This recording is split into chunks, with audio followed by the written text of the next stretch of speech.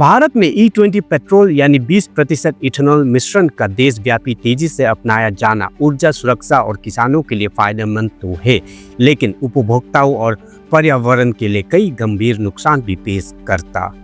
सबसे तात्कालिक चिंताएं वाहनों की अनुकूलता और प्रदर्शन को लेकर उठा हुआ है, खासकर पुरानी गाड़ी E20 अनुरूप मॉडलों 2030 से पहले के लिए। ईंधन दक्षता में कमी की बात व्यापक रूप से सामने आ रही है और विशेषज्ञ और आधिकारिक आंकड़ों इस बात की पुष्टि करती है कि शुद्ध पेट्रोल की तुलना में इथेनॉल की कम ऊर्जा गंतव्य के कारण नई E20 कैलिब्रेट कारों में माइलेज में 2% से लेकर पुराने वाहनों में 6% या उससे भी ज्यादा की गिरावट आई है।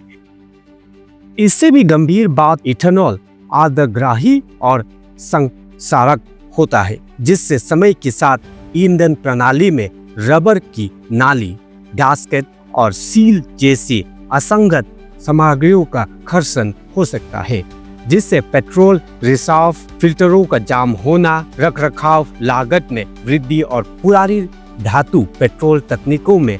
आंतरिक संरक्षण का खतरा बढ़ सकता है।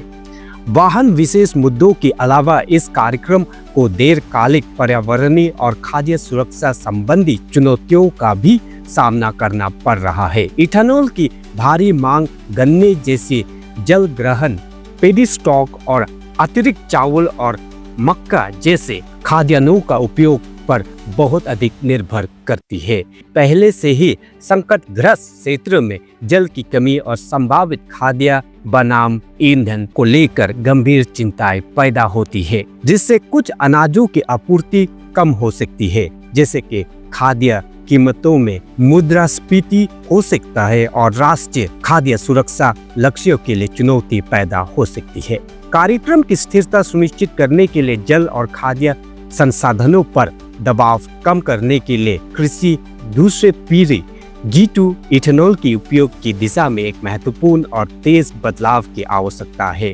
मैं मन्ना संगमा, ऐसी जानकारी के लिए बने रहे हमारे साथ।